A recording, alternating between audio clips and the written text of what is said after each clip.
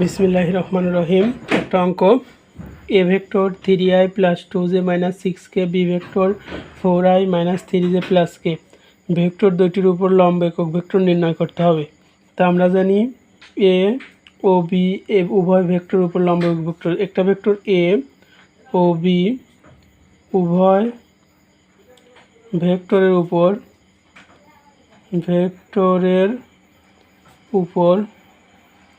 উভয় ভেক্টরের উপর লম্ব একক ভেক্টর, উভয় ভেক্টরের উপর লম্ব একক ভেক্টর, লম্ব একক ভেক্টর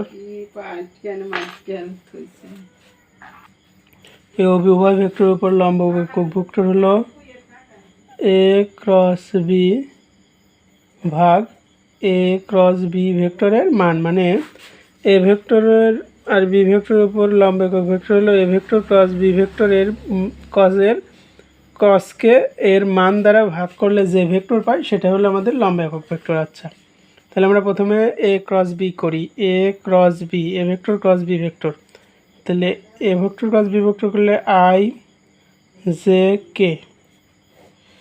তাহলে এ ভেক্টরের মান কস গুণফল অনুসারে আমরা জানি এ ভেক্টরের মান 3, 2 আর হলো -6। বি ভেক্টরের মান হলো 4, -3, 1। এটাকে যদি কস গুণফল করি তাহলে এই বরাবর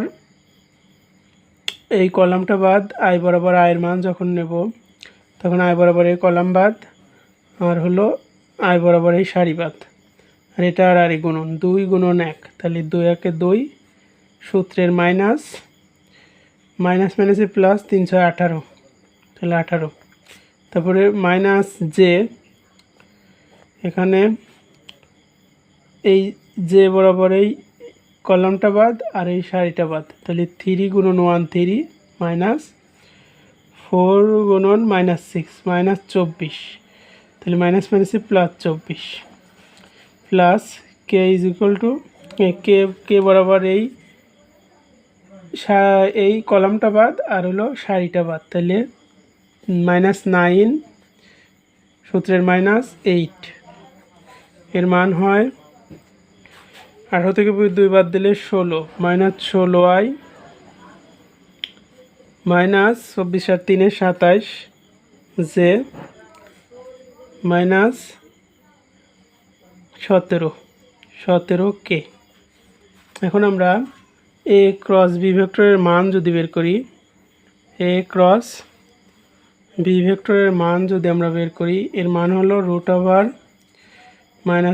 square plus -27 square plus -17 square.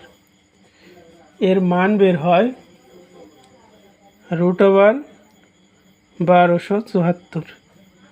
1274কে root করলে আমরা পাই, আমরা লিখতে পারি √49 গুণন 26 সমান 7√26। এখন আমরা এই যে এই অনুযায়ী যদি লিখি এ ও বি উভয় ভেক্টরের উপর লম্ব একক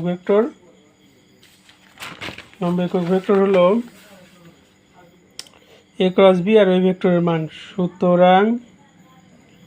সুতরাং নির্ণেয় লম্ব একক ভেক্টর হলো